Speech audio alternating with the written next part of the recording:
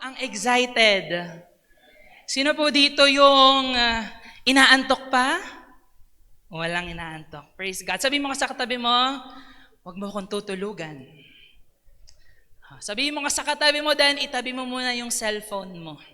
Mamaya mo na replyan yan. Okay, gusto ko po lahat tayo ngayon makikinig lang, magfo-focus lang sa kung ano yung message na ibibigay po sa atin ng Panginoon po ngayon. Ready na po ba ang lahat? Sa lahat nga po ng handa na pumalakpak, samayin po natin ang mga papuri kay Lord. Come on church. Ayan, thank you Lord. Thank you Jesus. Sino po dito nandun dito last week? Ano mga naka-attend po? Last week, diba? Nagturo po sa atin si Ate Erica ng God with us. So yun po yung pinag-usapan natin. God with us in blessings, in breaking, and even in breakthrough. So ngayon po, let me ask you this. Sino po sa inyo dito? Let's be honest with yourself. Sino po nandito ngayon yung nasa breaking season ng buhay nila? Sino dito yung talagang tinetest ni Lord even into the littlest, tiniest things? Sino po dito yung humaharap sa pagsubok ngayon sa buhay nila? Ako, I would say, amen. Talagang subok na subok, talagang tested na tested. And alam ko po, every single day, all of us ay humaharap sa mga pagsubok. Saan? Sa buhay, sa pamilya, sa trabaho nyo, sa business nyo, especially sa ekonomiya natin ngayon, talaga namang sinusubukan tayo ng Panginoon. Sinusubukan tayo sa finances natin, sa mga kaibigan natin, sa pamilya, sa relasyon natin, sa ibang tao. Sa spiritual life mo, kamusta na ba ang spiritual life natin? Is it in a battle right now? Kamusta ka sa ministry mo? To put it simply po, sino sa inyo ngayon ang nasa labanan? Can I see your hands, mga nasa labanan ngayon? Ayan, sino dito yung mga pagod ng lumaban? Talagang, Lord, medyo ang hirap na eh. Sino dito yung lumalaban pa din hanggang ngayon? Amen? Sino dito yung parang papagod na, konti na lang, pasuko na? It's okay, wala pong masama kung nandun ka na sa sitwasyon na yan. All of us here ay, alam niyo po, talagang lumalaban sa buhay. And alam niyo po, let me ask you, kapag po kayo nasa isang battle ng buhay niyo, what do you usually ask God? Or ano yung una niyo nagiging response? Anyone? Kapag may pagsubok, ayan na yung pagsubok, ano yung nagiging response natin? Tahimik lang? Sino? Paano po kayo nagre-respond kapag may pagsubok? Eto na naman, Lord. Di mo na ako mag-church. Ay, Lord, eto na naman. Ayoko na, suko na po ako. O yung iba talagang, Lord, I trust you in this. Alam ko po, lahat tayo, may iba-iba tayong response kapag kumakaharap tayo ng battle sa buhay natin. And alam niyo po, often, or ako personally po, kapag po nasa isang battle ako sa buhay o nasa isang sitwasyon ako sa buhay ko, I often ask God na baguhin yung sitwasyon. Na Lord, ialis mo na ako sa problema na ito. Na Lord, ipanalo mo naman ako this time. And I believe that God can do it for sure. But what if, ang gusto pala ni Lord munang baguhin sa'yo ay hindi yung sitwasyon mo, hindi yung battle mo, hindi yung problema mo. Kundi ang gusto mo na palang baguhin sa'yo ng Panginoon is yung puso mo. Is yung attitude mo, is yung response mo sa mga battle na yan sa buhay natin. Amen. Kumbaga yun muna pala yung gusto ni Lord na itama ka muna. Sabihin mo sa katabi mo, itatama ka muna ni Lord. Kaya magpatama na po tayo ngayong umagang ito. Kasi ako po personally, while I was preparing this message, talagang hindi na po ako umiwas, talagang sapul po ako ni Lord dito. Diba? So bakit? Para when the battle comes, again, you know how to respond right. And maybe, sino po dito yung nakaka-experience ng paulit-ulit na problema sa buhay nila na parang yun na lang, lagi-lagi. Ako lang po ba? Sige, ako na lang po. Yung pagka parang lagi kang nilalagay ni Lord sa mga sitwasyon na yan. Kasi alam niya, tinetest niya yung patience mo, tinetest niya yung love mo, tinetest niya yung faith mo. 'Di ba? At maaaring dahil lagi ka nilalagay ni Lord sa battle na yan, is dahil baka hindi mo pa nakukuha yung gusto niyang makuha mo. Na baka maaari hindi mo pa nakikita yung gusto ni Lord na makita mo. And maybe you are missing the whole point kasi ang nakikita mo is yung problema, nakikita mo yung mga giants sa buhay mo, at nakikita mo yung mga iba-iba pang bagay, at hindi mo nakikita kung ano yung tinuturo sa iyo ng Panginoon. And imbes na mag-seek ka, you always leave. You run away from the battle and just give up. And it's okay. That's valid. I do it too. And let me tell you, ito po'y pag-uusapan natin sa umaga pong ito about this king, the king of Judah, named King Jehoshaphat po. And King Jehoshaphat po, siya sa king na talagang nilalagay ni Lord sa mga battle over and over and over again. And dito po natin makikita kung paano po siya nag-respond sa battle na ibinigay sa kanya ni Lord sa kanyang buhay. So remember po, he is a king. At meron po siyang entire kingdom na kailangang naako-ako niya sa kanyang buhay. And these are the things na makikita po natin, na matututunan natin from his life. So, the title of our message for this morning is entitled, Sino ang may hawak ng beat? Hawak niyo po ba? Pakitanong nga po sa katabi mo, hawak mo ba ang beat? Diba? Nakita ko po, nakafollow po ako sa TikTok nyo. Nakita ko pong hinawakan nyo po ang beat. Diba? Mamaya po matatanong, Kuya Orvin, ano ba yan? Niloloko mo ba kami? Mamaya po, sasagutin natin kung sino nga ba ang may hawak ng beat. Ikaw ba yan? Ako kaya yon? O baka yung katabi mo? O baka yung follower mo sa TikTok na talaga namang, diba? Sino po dito yung mga naghahawak mo ang beat? Huwag na po kayong kunwari. Check ko po yung Facebook nyo mamaya. Anyways, kidding aside po, ang ating text po ay manggagaling sa 2 Chronicles 20 verses 1 to 23 po. Diyan lang po iikot po yung pag-uusapan po natin for this morning po. So, but let me tell you muna, sino ba si King Jehoshaphat? So, siya po ay isang godly king with a strong spiritual track record. Kumaga talagang okay naman yung pagiging yung pagkahari niya sa kanyang kingdom. And also, but also he is also someone who made a risky compromise. Ang ibig sabihin po he allied sa mga ibang kingdom na parang hindi naman align dapat sa kalooban ng Panginoon. So kumbaga parang nakipag-tie up siya sa ibang kingdom. And because of that alliance na ginawa niya, nagkamali siya. And actually, he even experienced parang death-life situation na dahil sa wrong choice na yon sa buhay niya. Pero, despite that, he was a leader, he was a king who was corrected and actually na nakinig. And here we are, King Jehoshaphat again, back on track, leading with righteousness again.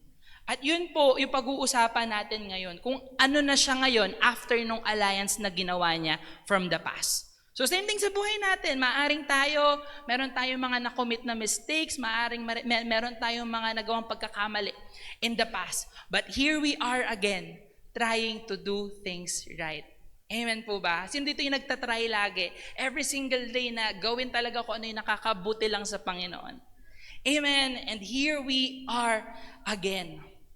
Again po, I want you to remember, before this po, ito pong babasahin natin, kakagaling niya lang po sa isang victory, kakagaling niya lang po sa isang breakthrough. Kumbaga parang kakaligtas lang sa kanya ni Lord. Nakukuha niyo po. Sino dito yung parang, imagine it yourself, na kakabless lang sa iyo ni Lord, kakapagaling lang sa iyo ni Lord, kakatulong lang sa iyo ni Lord, and here we are again, may battle na paparating. Ano po yung magiging response nyo? Imagine kaka-victory niya lang po, kakaligtas lang sa kanya ni Lord, pero Ito na naman sa 2 Chronicles 20, meron na namang paparating. Ayan po, pag-usapan po natin yan. So here's the battle. Tandaan niyo po, here's the battle. 2 Chronicles 20 verses 1 and 2. Doon na lang po tayo sa verse 2. Basta ano po natin, let's read all together. Some men came and, sige po, come on, let's read the word of God. Some men came, a great multitude is coming against you from Edom, from beyond the sea, and behold, they are in Hazazon Tamar, that is Engedi. Ayan po, after po yan, yung Moabites, Ammonites, and Meunites po, they will come against King Jehoshaphat for a battle. Kumbaga, literal po to, nakakaligtas lang sa kanya ni Lord kahapon, pero kinabukasan, may dumating na news sa kanya. May paparating na battle. At hindi po ito tingnan niyo po yan. Bakit ko po kasi a great multitude is coming against you from Edom. 3 kingdom po yan ang lulusob sa kanila. And take note po sabi po dyan, behold, they are in Hazazon Tamar. And kung titingnan po natin sa geographical location nila, kumbaga para pong nasa San Rafael tayo, andyan na po sila sa Sabang. A great multitude is coming. Kumbaga, wait lang, ilang minuto na lang yan, paparating na sila. Kung ikaw po si King Jehoshaphat, anong gagawin mo? Maghahawak ko na lang ako ng beat? Anong magiging response mo? Di ba Lord, kakaligtas mo lang sa amin. Ito na naman sa Sabang na, hindi mo man lang ginawang kahit galing Santa Maria man lang. Para may time ka mag-prepare. Nakukuha niyo po? But this time po, and alam niyo po, relatively po, it is a multi-nation attack. 3 nation, 3 lugar ang aatake sa isa, sa Judah po. Anyan po yung Moabites, yung Ammonites, and Meunites. And military speaking po, kukumpara nyo sa Judah, yung 3 nagkatipon-tipon po na yan nalulusob sa kanila. Military speaking po, outnumbered sila, outmatched sila, and overwhelmed sila. Kumbaga, hindi lang po ito maliit na problema para kay King Jehoshaphat. This is a national crisis. Hindi nila kayang tapatan yung army nila. Di ba? Hindi nila kayang tapatan yung number ng mga sundalo na lalaban na lulusob sa kanila. Hindi nila kaya. Malaki yung problema at bukod sa malaki, malapit na. Ano pa po yung malalapit na problema? Malapit na ang due date. Diba? Malapit na ang enrollment na nakukuha ng pang-enroll na anak ko. Malapit na kaming maubusan ng mga stocks sa ganito ganyan. Sa taas ng gasolina ngayon, magtataas na naman ata sa Tuesday. Sabi po sa Petron, 3 daw po itataas. Diba? Malapit na naman. Ayan na naman yung problema. Kung ikaw po si King Jehoshaphat, paano ka magre-response? O ikaw, sa mga sitwasyon, sa battle mo sa buhay ngayon, paano ka nagre-respond? E tingnan po natin yung naging response ni King Jehoshaphat. Basahin po natin. Sabi po dyan, then Jehoshaphat was afraid and set his face to seek the Lord.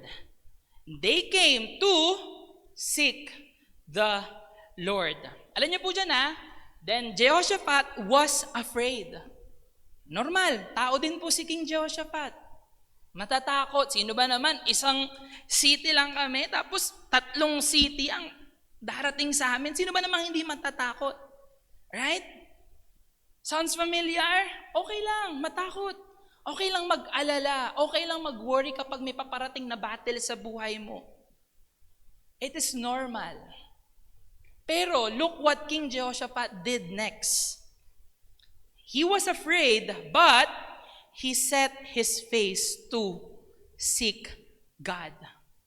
And as the king, ang ginawa niya po dyan, di ba, and assembled to seek help from the Lord. Nagproklama po siya ng national, magpa-fasting tayong lahat. At sana ganun tayo mag-respond sa mga sitwasyon, di ba?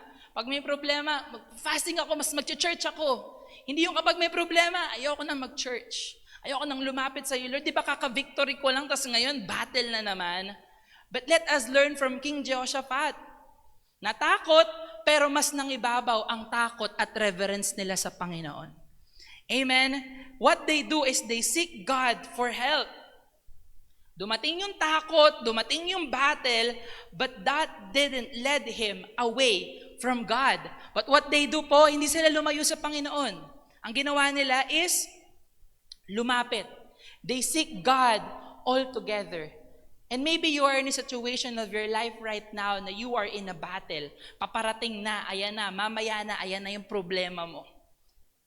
Yes, be afraid, be worried, be anxious. But after that, may you seek God next. Amen? And alam niyo po, verse 5, sabi dyan, ayan, they seek God. Verse 5 sabi doon, and Jehoshaphat stood in the assembly of Judah and Jerusalem in the house of God before the new court. Kumbaga, as a king, nagpakatatag po siya. Again po, galing po siya sa death-life situation. Pero as a king, ginawa niya yung responsibility niya. Okay, ganito gagawin natin. Magfa-fasting tayo, magpe-pray tayo, dudulog tayo sa Panginoon. And maybe you could be that King Jehoshaphat in your family. Na kapag may pagsubok na kakaharapin, ayan na, paparating na sa inyo, may you be like King Jehoshaphat na, come on, family, let's seek God, let's pray all together. Amen? And ano pa?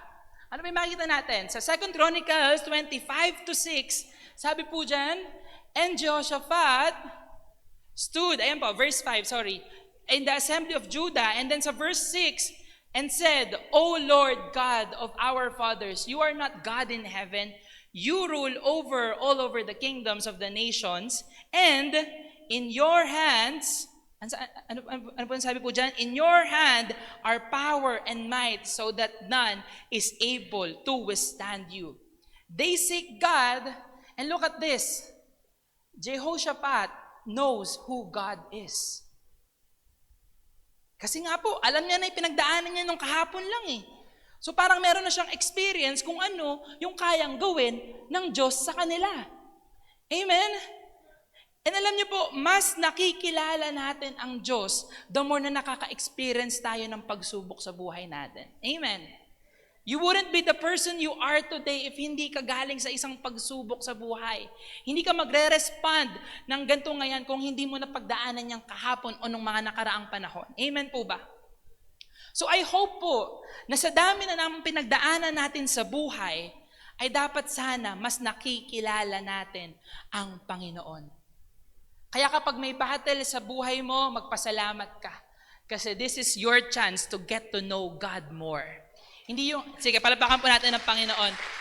Hindi yung kapag may battle sa buhay mo, ang gagawin mo, tatakbo, lalayo.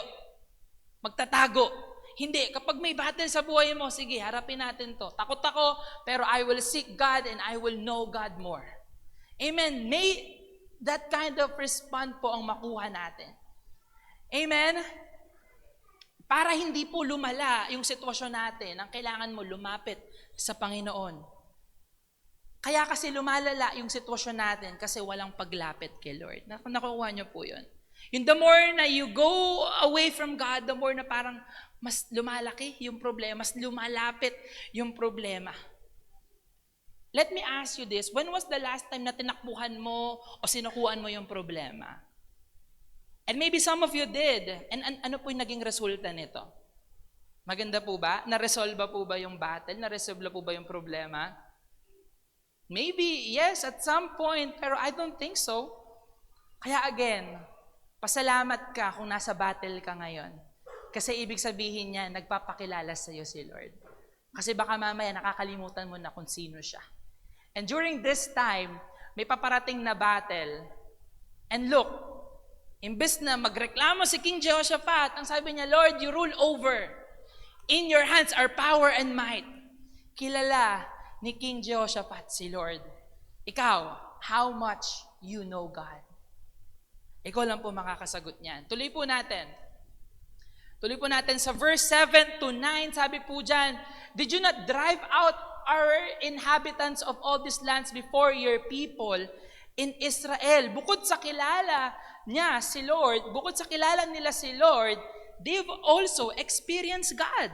And alam ko sa dami ng problema, pagsubok na pinagdaanan natin sa buhay, I believe na we experience God to move in different ways na hindi natin inaakala. Amen. Sabi po dyan, di ba? Drive out the inhabitants. Kumaano po natin, di ba? Parang yung Israelites, they draw out of Egypt, and yun po yung alam din nilang kwento na ginawa. So they have really experienced and encountered God. So sa mga panahon na sinusubo ka na naman ng Panginoon ng sitwasyon ng mga pagkakataon, balikan mo yung mga pagkakataon na iniligtas ka ng Panginoon. Balikan mo yung mga pagkakataong tinulungan ka ng Panginoon. And that will be more than enough reason para sa'yo na maging matatag at harapin yung pagsubok na kinakaharap mo ngayon. Amen? Alam niyo po, bukod pa sa kilala nila si Lord, is alam nila kung paano lumapit sa Panginoon. It's about knowing God first. And the more na mas kilala mo siya, the more na magkaka-confidence ka na lumapit sa Kanya. Amen. Alam ko po, the reason you are here today is because you know God, you experience God, and you want to know God more. Hindi ka naman maniniwala sa Diyos na sino ba yan? Diyos na nakikita mo ba yan? Hindi ka naman magkakaroon ng faith if hindi mo to na-experience in the first place, right? So the mere fact you are here today, if you are in the battle, struggling the same thing all over and over again, look back and see how God put you out of that situation and to where you are right now. Baga, basic na lang to Lord. Life and death situation, eto pa kaya. Amen? Nakukuha niyo po yung point? Amen? Sige po. Gising pa po ba? Amen? Sige, palakpak nga po lahat ng inaantok. Ayan, hindi po. Sige po. Come on, di ba? And alam niyo po, pampagising lang, let us be intentional sa pagkilala sa Panginoon. Kasi kung kilala mo siya, alam mo na hindi ka niya iiwan, hindi ka niya pababayaan. Sabi nga po last week natin, Erica, in blessings, napakadaling mag-praise, praise, praise, hallelujah, hallelujah. Pero what if breaking na? Praise, praise, praise, hallelujah, hallelujah ka pa rin ba? Diba? Pero I believe na God showed up Himself sa iyo. Amen? Tuloy po natin. Sabi sa verse 9, if disaster comes upon us, the sword, judgment, or persistence, or famine, we will stand before this house and before you. Kumbaga ako po, kung makikita ko po, ito pong si Kung Jehoshaphat talagang eksperyensado na to sa mga battle sa buhay Kasi alam na po nila yung gagawin Kumbaga sabi niya, kapag may disaster, na kapag ganyang may battle na paparating, anong gagawin niya? Hindi tatakbo, hindi susuko, hindi he will not hide away from God. But ang gagawin niya po, we will stand before this house and before you. Lalapit sila sa Panginoon. And may we do the same thing. Kapag may battle, anong gagawin? Lapit sa Panginoon. So maybe you are in a battle right now. And maybe you think you are stuck. Baka ang kailangan mo lang lumapit sa Panginoon. Baka nagpapa-stuck ka ngayon sa takot mo, sa worries mo. Pero ang kailangan mo lang pala, inintay ka lang ni Lord. Tara dito anak, lapit ka lang. Tara dito, halika, akong bahala sa'yo. They know what exactly to do. Tuloy po natin. Diba? 2 Chronicles 20, verse 10 to 11. Ang sabi po dyan, behold, they reward us by coming to drive us out of your possession. Ito pong 10 to 11 po na yan.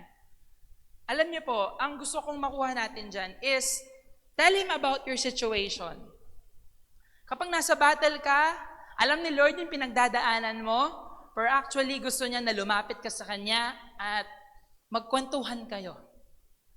Lord, sa totoo lang, pagod na ako. Lord, sa totoo lang, pasuko na ako. Sa totoo lang, hindi ko na kayang kaharapin tong 10 problema at the same time. Pwede po bang isa-isa na lang muna? Have an honest conversation with God. Diba? Kaya nga gusto ni Lord lumapit ka sa Kanya. Hindi ka naman niya para takutin Gusto ni Lord lumapit ka sa Kanya para mag-usap kayo. Tell Him about your situation just like what King Jehoshaphat did. Diba? Sabi niya, and now behold the men of Ammon and Moab and Mount Seir whom you would not let. Lord, ito po yung nangyayari sa amin. Diba? Ito, paparating na po. yung mga land na yan, yung tatlong nagtulong-tulong para sakupin kami. Ayan na po sila, Lord. God, sabi mo sa katabi mo, gusto ka ni Lord makausap. Oh. Kaya usap daw kayo mamaya, sabi ni Lord. Di ba? Okay? And verse 12, sabi po dyan, we do not know what to do, but our eyes are on you. And actually, yan po yung dahilan bakit ako napunta sa 2 Chronicles. While I was randomly reading the Word of God po, yun yung nakita ko. We do not know what to do, but our eyes are on you. That is clearly a faith in action. Sino ba namang, ayan na po sa sabang, baka nga po nandiyan na sa sampalo ko, nasa labas na. Pero grabe yung faith na pinakita dito ni King Jehoshaphat. Lord, hindi namin alam gagawin. Hindi alam na kung kaya ba naming labanan tong tatlong kingdom na to na papunta sa amin. Pero ito pinakita niya sa kanyang kingdom, sa nasasakupan niya. Lord, we do not know what to do, but our eyes are on you. That kind of response, that literally shows your faith in God. That literally shows na talagang wala nang problema, hindi ko kayang lagpasan kasi kilala ko yung Diyos na meron ako. Nagkausap kami ni Lord, alam ko yung gagawin niya. Hindi ko alam gagawin ko, pero Lord, tutuon ko sa iyo yung mata ko. And alam niyo mga kapatid, it is important na during the battle sa buhay natin, you acknowledge your weakness. Minsan kasi kinakaya-kaya natin eh. Minsan kasi akala mo kaya mo lahat. Minsan kasi, hindi, nagawa ko na to, nakaya ko na to ng ako lang, hindi ko kailangan ng Panginoon. Pero maybe this time, we have to acknowledge na mahina ka. Mahina ka kung wala ang lakas na binibigay sa'yo ng Panginoon. Amen? Now we are powerless without God, that we are nothing without Him. Diba? Kapag sana may pagsubok, ganyan lang tayo, chill lang. No, hindi ko alam gagawin. Pero sa'yo ako titingin. Amen? Amen po. Sige, palapakan po natin si Lord. Ayan. And look, ito po yung naging response nila. Nakukuha niyo po, they seek God, nagkwento sila kay Lord, alam nila kung mas kinilala nila si Lord, alam na nila yung ginawa sa kanila ni Lord. And look, God's response. Diba? Look God's response sa kanila. Sabi po sa verse 14, basahin ko lang po. And the Spirit of the Lord came upon Jahaziel, the son of Zechariah, the son of, and he said po, so meron pong ginamit na instrument si Lord para ibaba yung word niya to King Jehoshaphat po. Sabi doon sa verse 15, do not be afraid and do not dismay at this great horde, for the battle is not yours, but God's. Sounds familiar? Baka po famous quote yan na nababasa nyo, battle is not mine, it is God. And yes, it is. Kaya wag mong sarilihin yung battle. Wag mong akuin yung battle. Wag mong akuin yung problema na kinakaharap mo ngayon. Kasi in the first place, hindi sa'yo yan. Kay Lord yan. Kaya kasi minsan, namimiss mo na, akala mo sa'yo, kasi hindi ka lumalapit kay Lord. Kaya importante, lapit muna kay Lord para alam mo kung ano yung role mo at ano yung gagawin ni Lord sa'yo sa buhay mo. Hindi yung kapag may problema, takbo tayo agad, reklamo tayo agad, mapanghihinaan tayo agad ng loob. Nilalaban pala natin yung mga battle na dapat in the first place, hindi naman natin binabattle, hindi natin nilalaban. Kasi si Lord ang may hawak. Tama po? And ano pa yung sabi sa kanila ni Lord? Sa verse 17, you will not need to fight in this battle. Malinaw na malinaw. Jehoshaphat, wag kang matakot. Hindi mo kailangang labanan yung tatlong bansa na yan na lulusob sa inyo. Akong bahala. Isn't it amazing? May problema ka sa buhay mo, pero sabi sa iyo ni Lord, anak, upo ka lang. Kaya ko na to. Chill ka lang. Tiwala ka lang sa akin. Amen? That kind of response is the response na hinahanap sa atin ng Panginoon. Sabi pa, sa verse 17, yun nga po, Ang sabi dyan, di ba? You will not need to fight this battle. Sabi, stand firm, hold your position, and see the salvation. Parang literal na, ganyan lang pinapagbasa ni Lord. Stand firm, hold your position, and see what God can do. Hindi yung kapag nasa battle ka, hindi mo na kailangan lumaban. Gawin mo, takbo dito, takbo doon. Hindi. Sabi ni Lord sa'yo, kalma lang. Ako nang bahala. Effortless. Kasi you seek God, you know God, you trust God, and you know kung ano yung kayang gawin ng Lord sa sitwasyon mo. Chill lang. Sit down, relax. Diba? Ang sabi nga nila. Amen po. It is important.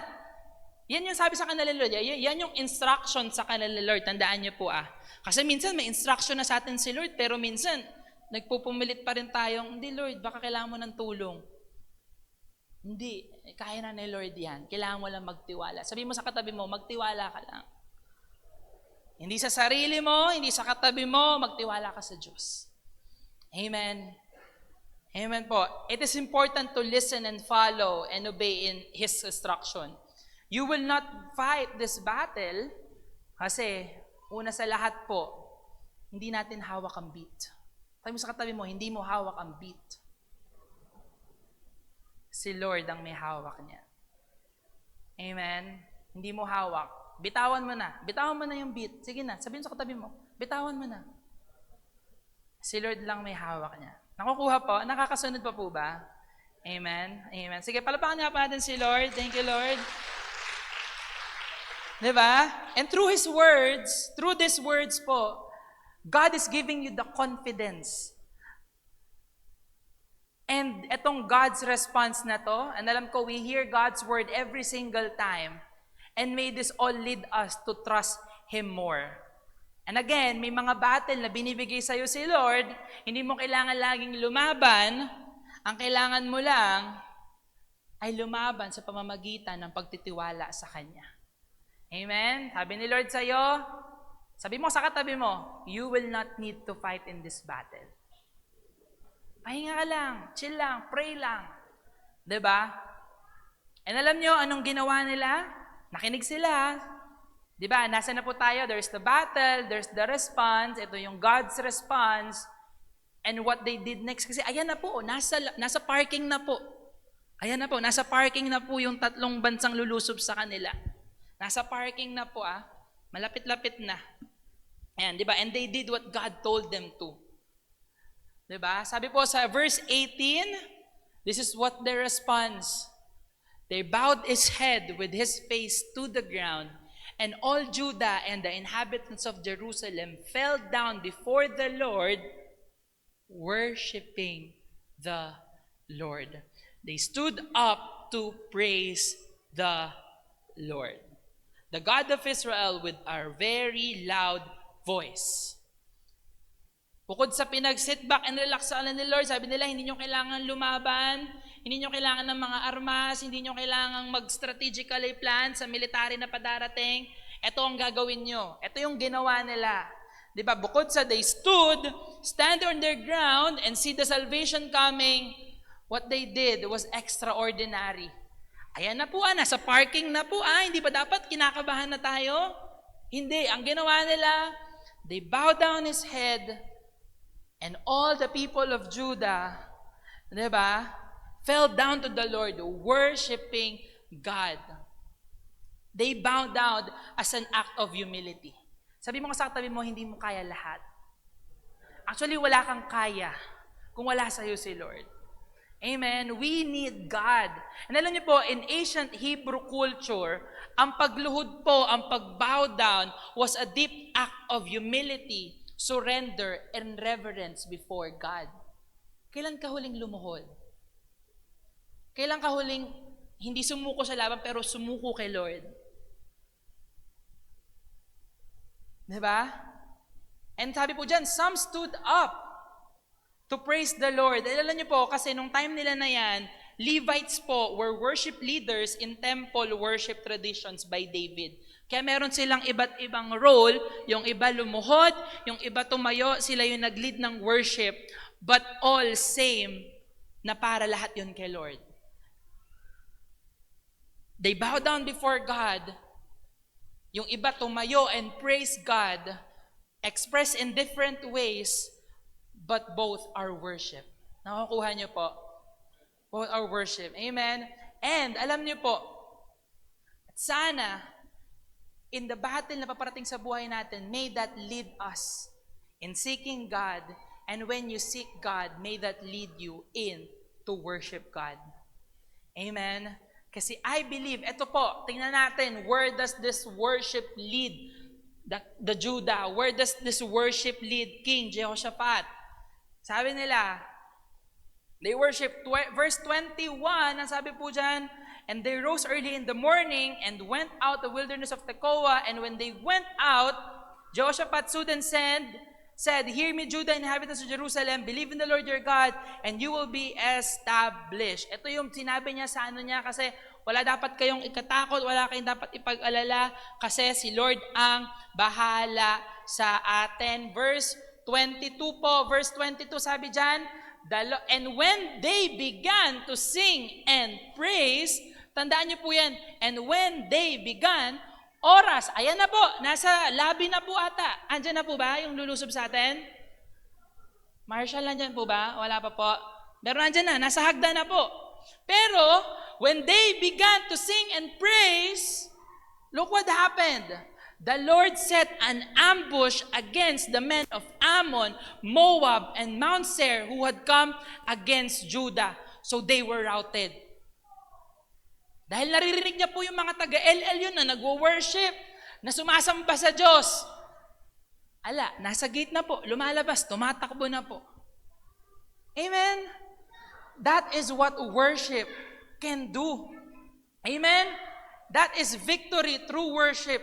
By their obedience, through their worship, they have won the victory na hindi galing sa kanila, pero victory na galing sa Diyos.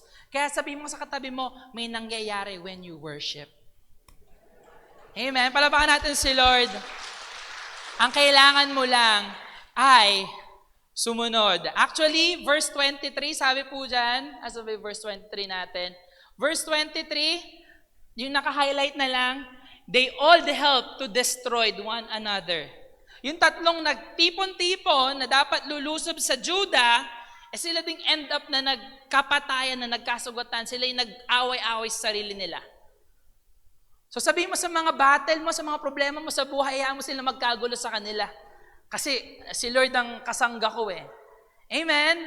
Huwag ka masyadong mag-alala, magkaka-wrinkles ka niyan. Masyado ka lang matanda para mag-alala sa problema. Okay lang mag-alala, sige, okay mag-worry, pero sana mas nangingibabaw yung takot natin sa Lord. Mas nangingibabaw yung trust natin sa Panginoon. Nakukuha po? Amen. So, bawas-bawas tayo ng wrinkles. Hayaan natin si Lord nang lumaban para sa atin. Hayaan nyo magkagulo yung mga problema mo. Huwag ka na makisabay sa problema mo. Nakukuha nyo? Nakukuha po? Amen? Ayan. And alam nyo po, that was post-destruction sa verse 28 pa. Ang worship, tandaan nyo po to. Madaling mag-worship kapag tapos na ang laban, di ba? Pero tingnan niyo pa ginawa nila, di ba? And when they began to sing and praise, ayan na po, paparating na yung laban, nag-worship na sila. Di ba? Kaya ang worship, hindi lang kapag tapos na ang laban, hindi kapag okay ang lahat. Kasi dapat kapag kahit hindi okay, kapag kaharap mo yung problema, kapag nasa battle ka, what you do is worship. Worship never stops in every moment, in every situation. Amen? And that is the kind of response na dapat ginagawa natin. So bakit sa tingin nyo, bakit ganun yung naging response nila? At kanina ko pa po ito, paulit-ulit na sinasabi kanina. Kasi prior to this story, prior to 2 Chronicles 20, madami na po silang pinagdaanan, especially King Jehoshaphat. So baka maaaring ilang taong ka na? 20, 30, 40, 50, 60, 70s, 80s? For sure, marami ka na pinagdaanan ng mga nakaraang panahon.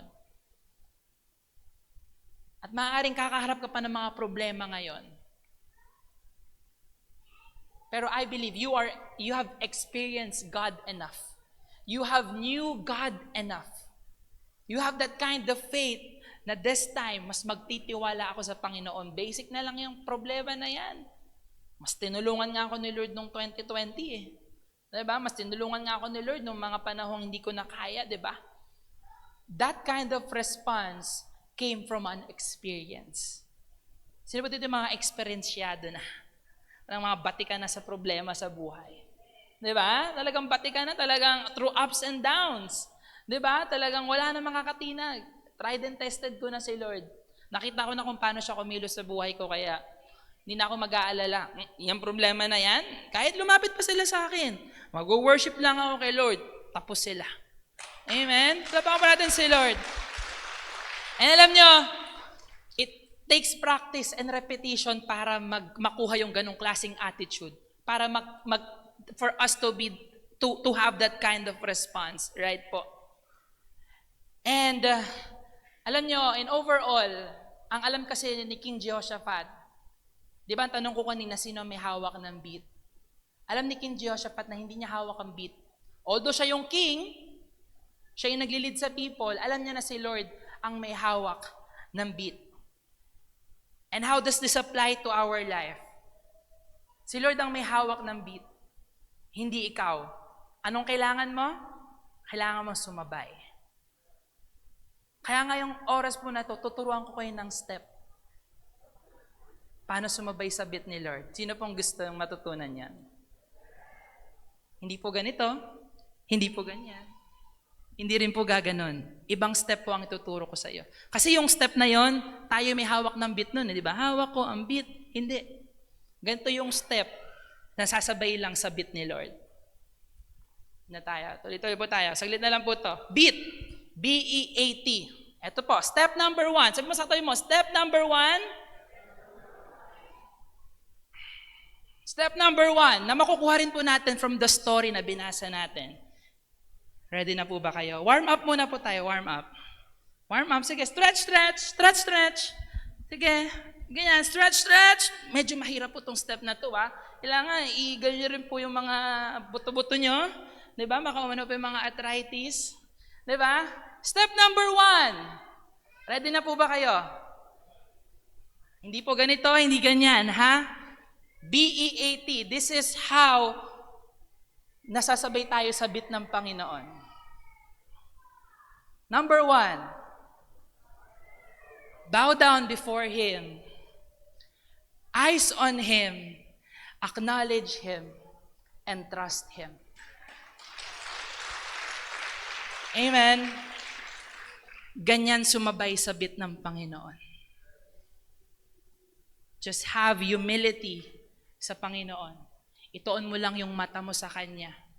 Acknowledge Him. Huwag mong i-acknowledge yung problema, i-acknowledge mo kung paano, kung i-acknowledge mo yung Diyos na nagligtas sa'yo. And may that lead you into trusting Him even more. Palapakan po natin ang Panginoon. Amen.